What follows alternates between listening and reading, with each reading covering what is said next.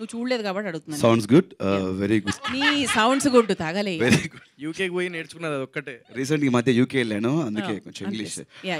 చాలా మంచి ప్రశ్న అడిగారు మృదుల గారు. అది మీరు సిరీస్ చూస్తే మీకు తెలిసిపోతుంది, చెప్తే బాగోదు కాబట్టి. క్లూ అంటే ఈ గులాబీకి శివయ్యకి సంబంధం ఏంటో అనేది సెకండ్ ఎపిసోడ్లో మీకు మెల్లిమెల్లిగా, సెకండ్ ఎపిసోడ్ కాదు మెల్లిమెల్లిగా మీకు తెలిసిపోతుంది. 5వ ఎపిసోడ్ వరకు కరెక్ట్ గా తెలియదు. అవును అవును, మీరు బాగా చూసారు అయితే, బాగా గట్టిగా.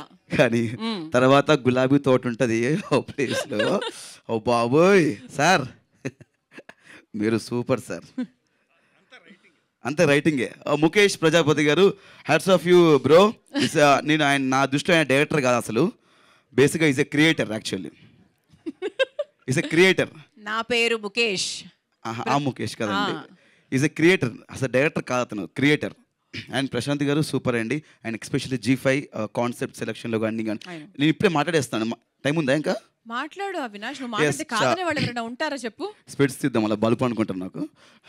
యా, G5 కాన్సెప్ట్ సెలక్షన్లో చాలా ముందుంటుంది.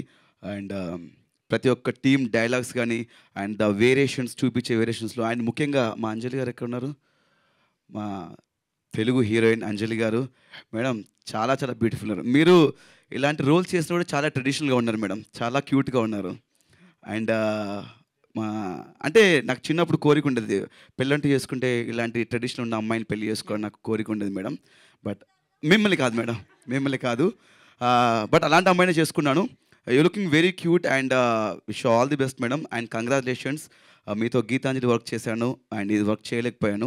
ఫర్దర్గా మీతో కలిసి సినిమాలు చేయాలని మనస్ఫూర్తిగా కోరుకుంటున్నాను. Thank you so much. And entire టీమ్కి కంగ్రాచులేషన్స్, థ్యాంక్స్ లాట్.